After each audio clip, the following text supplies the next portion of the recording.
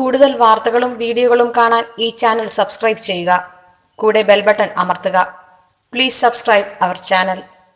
നമസ്കാരം. ജ്യോതിഷ പങ്ക്തിയിലേക്ക് എല്ലാവർക്കും സ്വാഗതം.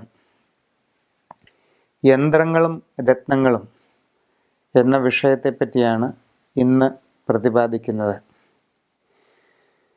വിവിധ ഉദ്ദേശ്യങ്ങൾക്കായി താന്ത്രികമായ യന്ത്രങ്ങൾ എഴുതി പൂജ ചെയ്ത് ദേഹധാരണം നടത്തുന്നത് പൊതുവെ നൂറ്റാണ്ടുകളായി നമ്മുടെ നാട്ടിൽ നിലനിന്നു വരുന്ന ആചാരമാണ്.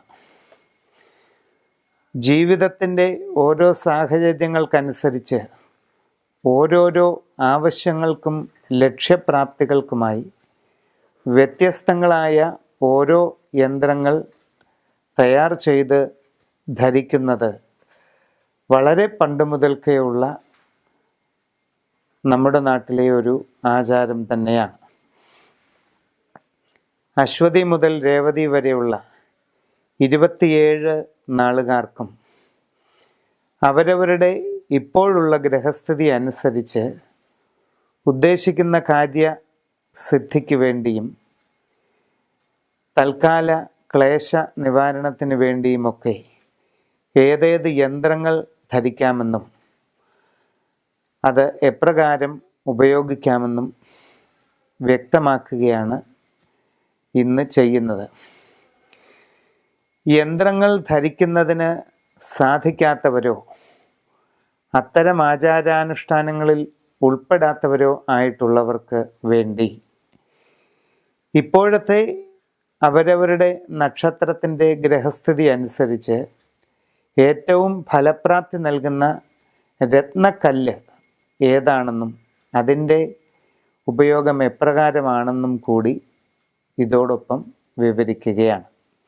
അശ്വതി മുതൽ രേവതി വരെയുള്ള 27 നാളുകാരുടെയും യന്ത്രങ്ങളും രത്നങ്ങളും ഏതൊക്കെയാണ് ഇപ്പോൾ ഉപയോഗിക്കേണ്ടത് എന്ന് പറയുന്നു.